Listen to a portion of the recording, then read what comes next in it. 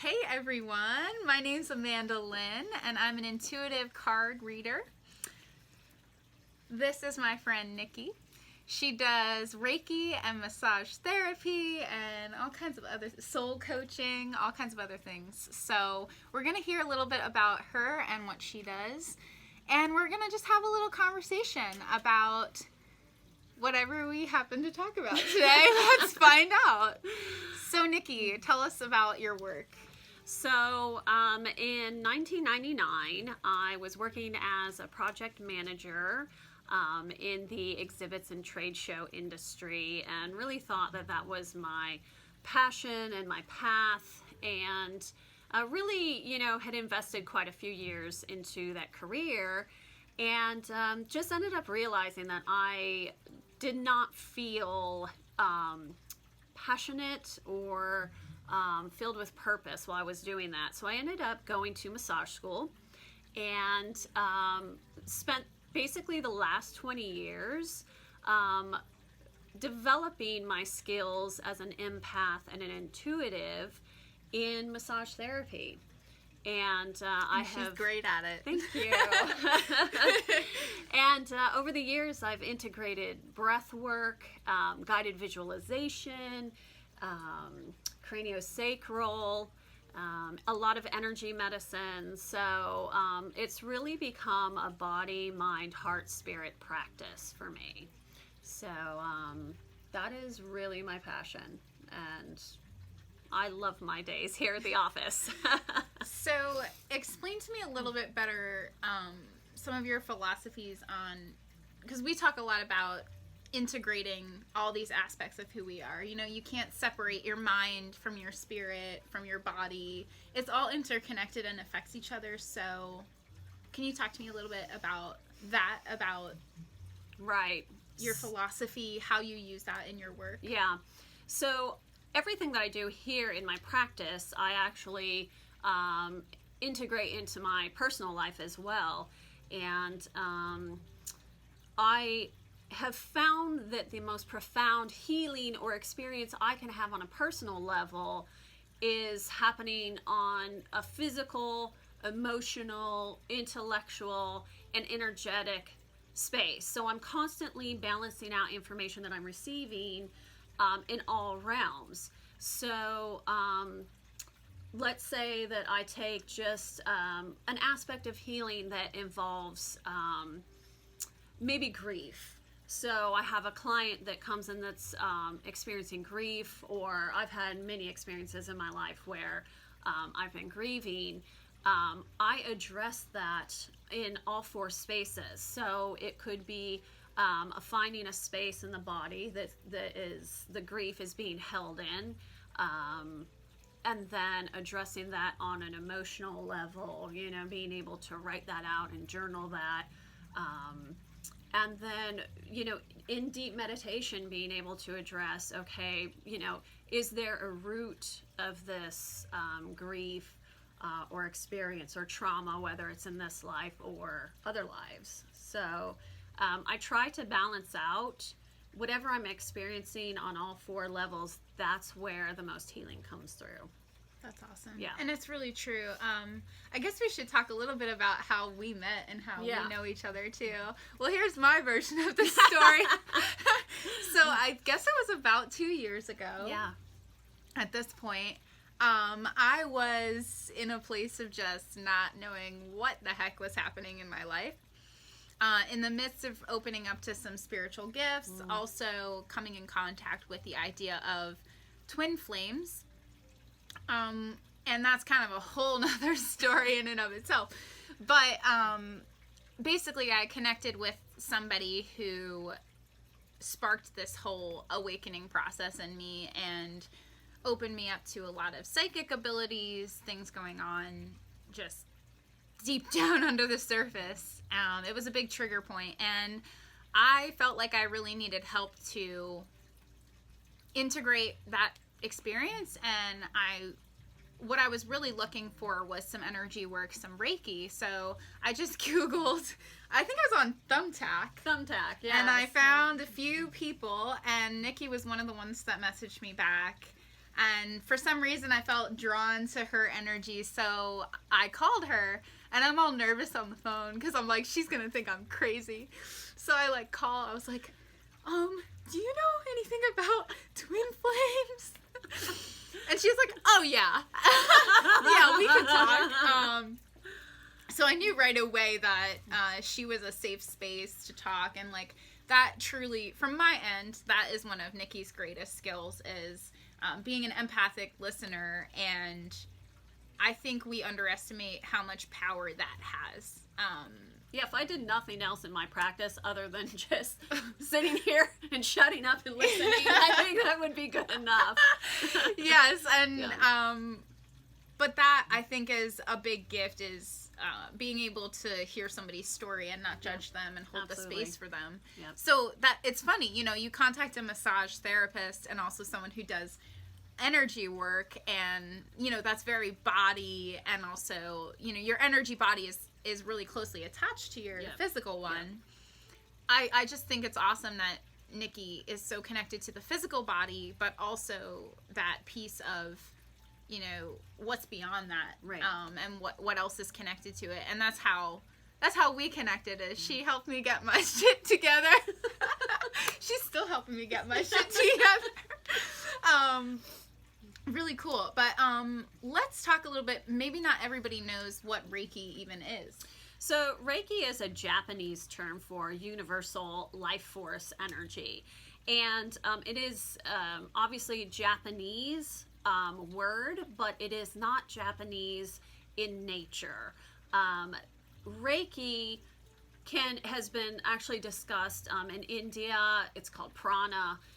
There's a lot of different places on the planet and cultures that have utilized energy medicine. So Reiki is basically the use of energy medicine just in a formal context. So it's been around for quite a long time in this formal context, but I mean it's been used since the beginning of time. So basically how practitioners view Reiki is that they are not the source of the energy. They're merely a conduit. So when I'm working with someone like Amanda, the only thing that I have to do is keep myself out of the way. So no ego, no intent. Even if they have something that they're wanting to achieve in the session, the universal intelligent energy is going to go where it's going to go. It's going to heal what it needs to. So it's just a channeling of something higher than ourselves. That's interesting because I kind of view the cards similarly. Right. It's kind of there. You can use cards to receive healing messages and things like that, and it does feel that way. It's like you can go in with a specific intention, and I always joke that it's like the cards bitch slapping you. Like, oh yeah, like they're gonna that's not what you're gonna learn today. Yeah, like they're gonna tell you what you need to know, not necessarily what you want to know. And exactly. Yeah. I find too, it's like with energy work, a lot of times you go to see, because you're out of balance and you're seeking some kind of comfort or, but sometimes what happens instead is what you need is to move certain energies through. So it actually might stir or move things, and you're like, oh, I actually feel worse now. Yeah, like it's actually uncomfortable, or you're crying, or you a little bit sleepless sometimes. Yeah, but I think it's important to say like all that's. It's a good thing. It's like, a good thing. The thing about it's for the highest good. That's always the thing. Is like when we look at healing, we're not talking about a cure. We're talking about higher awareness. Healing is not the same as cure. Oh, wow. You know, and a lot of people come into the office and they're like, oh, they say they want healing, but what they want is a cure. Ooh. They want the end of this journey. Oh, wow. Which, we're never going to find that in this work. Yeah. And also, again, I think it is that idea that sometimes what we need is to face things. Right. And that can feel uncomfortable and painful at times. Yep. You said it, sister. Right. So the healing, we think we're seeking comfort. Right. You know, you cry out to a higher source and you're like, why do I feel so crappy? Help me feel better. Yeah. And sometimes they're like, well, you want to feel better? Yeah. Feel all of this stuff. Yeah. You'll feel better after you feel everything. Yeah. And speaking of feeling everything, let's talk about, you brought up the term empath. So, yes. Yeah. Wow. So when did you discover you were an empath? Oh, wow. I mean, I think probably our conversations was the first, because you recommended that book, the Empath Survival Guide by Dr. Judith Orloff. Yes. That's my girl. Yeah. Oh, I love her. So yes. Nikki recommended that book to me, and I think it's a word I heard thrown around, but I remember now. I was in a place where I didn't know what was going on, and a friend of mine suggested I go get a card reading. So this is the first time I ever did that. Yeah. Never thought I would ever touch anything like that. How old were you then? Oh, that was probably 3 years ago, 3.5 years ago. So you were like 10. Yeah. No. I was 21, probably 21. God. Okay. Wow. It feels like a long time ago because I feel like I'm a totally different person now. But I finally... You've grown so much. Yeah, she knows. Oh my God. Yeah. But I went for this card reading, not really thinking it would help, but, you know, what did I have to lose at that point? I felt like nothing made sense anymore. And that woman, she said to me, she said, you feel what other people feel. Mm. And I was like, yeah. Yeah. And she's like, you know, not everybody can do that. Right. And I was like, what are you talking about?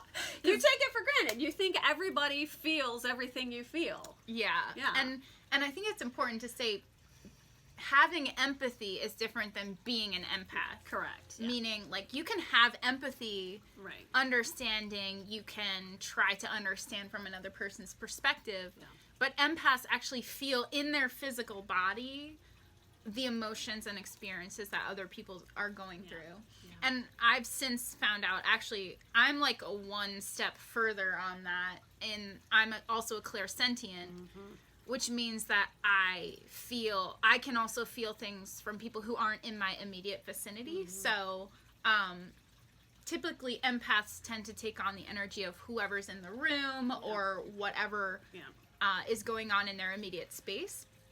Clairsentience, I also am connected to people across vast distances at times. So I'll have weird, like, physical body responses to things or emotional response to something that isn't even going on. What was one of the things that you identified in the last couple of weeks? Oh, you'll get a bout of anxiety. Yeah, and that's one of your signs. I don't get anxiety. Yeah. So I know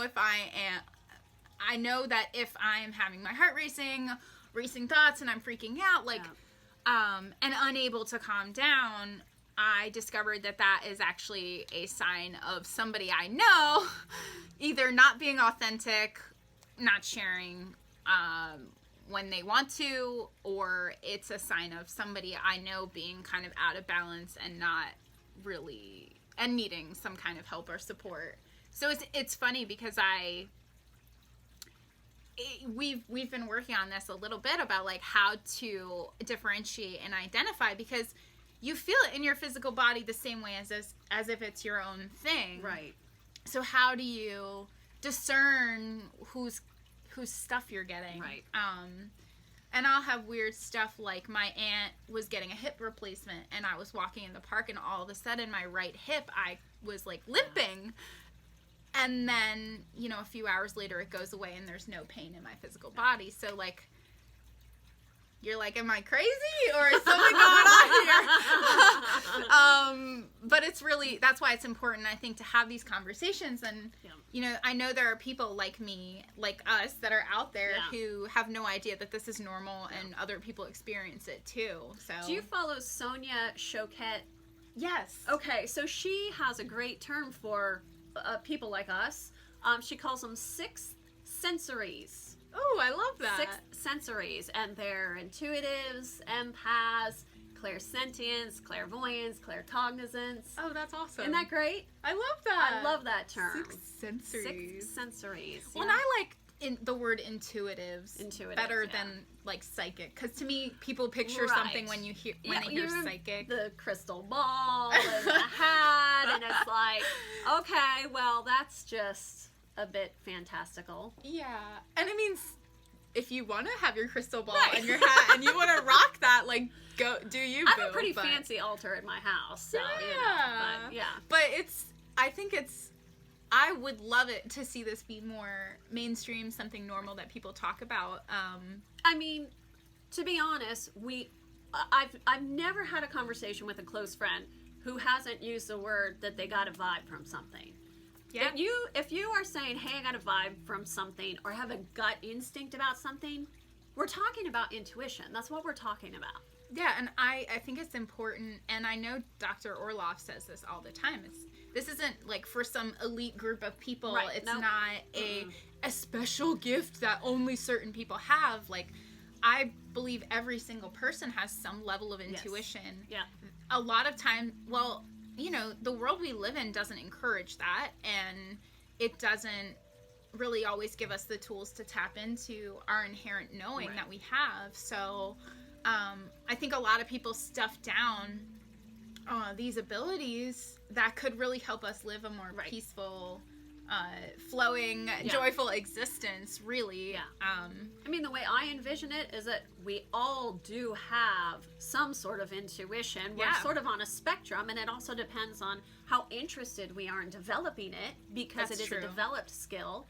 But I think everyone on the planet should be encouraged to tap into their own higher information that they receive. This makes for a much more fulfilled, empowered life. Yeah. And I think it also helps you have, for me, I think the biggest thing is having deeper, more meaningful relationships. Absolutely. Because when we feel connected, Yeah. when we feel connected to ourselves and able to be authentic within ourselves, Yep. then we can extend that out to every other sphere of our Yep. life. So, like, I don't have friends who are out of integrity anymore. Right. And I used to have a lot Yep. because we were just talking Yep. about this. As somebody who's empathic, you tend to, if you aren't understanding how to protect yourself and shield yourself from negative energies, a lot of times you're somebody who's radiating a lot of light. You're somebody who's compassionate, who's a good listener. So you attract people who are not standing in their own power and will feed off of yours. And that was who I was all growing up as a Right. child. Yeah. And so I think talking about it and learning about it, you can learn who to reserve your energy for and not feel depleted all the Yeah. time because you're giving it away to others Absolutely. who don't always really deserve your light in that way. Right? Like everyone deserves love. It's not that. It's just that when you're in partnerships and connections that are reciprocal, that it's two people giving at the same time, then there's a conduit, there's a Right. circuit, so no one's depleted. Yeah. If you're engaging in friendships, relationships, family ties that it's like you're the giver and somebody's just taking and pulling away all the time, it's not sustainable and you can't be happy that way. Yeah.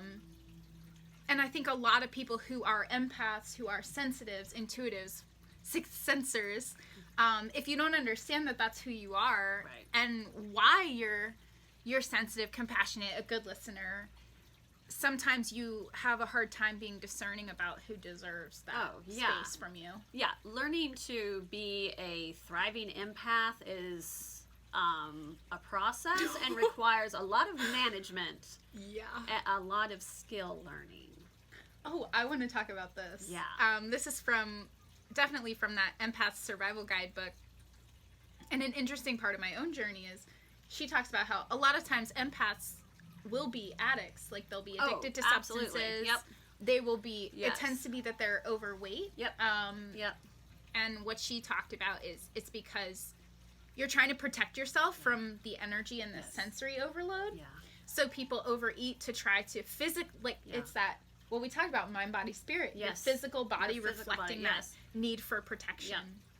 Yep. And with the substances, I mean, for an empath, at the end of the day, I mean, they want to check out. If they're not managing that energy properly, all you want to do is just numb out. So it makes a lot of sense why empaths really struggle with unhealthy coping mechanisms. Yeah. Yeah. And I I've compared it to, like, I feel like sometimes you almost feel like somebody who's on the autism spectrum when they have when they get sensory overload and they can't process what's going on around them. Like, I feel like sometimes it feels that way, that, you know, when I'm in a crowd, if there's anybody in that room who's off balance, I start to feel, like, out of whack. And I've always had my, like, sign, my first sign that I became aware of when I started my personal healing was I wouldn't breathe. Ooh. I would just stop breathing, like, or I would hold a very shallow breath. And I mean, it has taken me years and years and years to get to the point where I'm like, wait a minute, I'm not breathing right now. Like, whoa. Okay, who's around, or what environment am I picking up on something? So, yeah. Well, and it's funny because I know they say a lot about the overeating and the padding thing. I actually have the opposite response, where my body decides not to eat. Helpful, right? Like, ooh, I'm in distress. I'm gonna now waste away and die. Is basically what my body's response is. It's like, no nourishment for you. We're in danger. The best thing to do right now is die. And you laugh because you gotta laugh, right? But that's been my thing, like, for me managing my own thing is, like, okay, like, if I do nothing else today, I'm going to eat something. Right. And that's my self-care thing that's my trigger right away. I'm like, okay, something's out of whack if you don't like the sight of food. But it is interesting because, again, I feel like this isn't what's talked about generally. And I think it's something that most people experience on some level. Something. I mean, I can talk to a client that's come in for something totally unrelated, and generally the conversation does come around to, how they're experiencing whatever they've come in with, and they usually bring it to my attention. Oh, well, sometimes I get messages or I hear something, and it's like their way of kind of touching in with me. They can sense that I'm open to that. And then I'm like, oh, well, tell me more about that, or they'll say, well, sometimes I get images, or I see visions, or I see colors, and it's associated with this thing they're dealing with. So it's just the fact that we don't talk about it much. Yeah. It's quite prevalent. Well, I think what's cool, too, is that I think sometimes people think this type of thing has to be inherently linked to some sort of spirituality or spiritual practice. Right. And we were just talking about this isn't, everyone thinks, oh, that's so metaphysical, or that's pseudoscience, or whatever. It's actually things that we're experiencing in our bodies in the here and now that's very tangible. Yeah. Yeah. Well, and I remember there was something I read one time that they actually did a study of, they studied, I think, the electromagnet reading on someone's heart. Yeah, and they were doing it on babies, and they had the baby. Yeah. And they measured the electromagnetic response once the baby's mom came in the room and held it. Yeah. And they could measure how much bigger the energy field got from the heart when that child's mother was there. Yeah. Was that from the Heart Math Institute?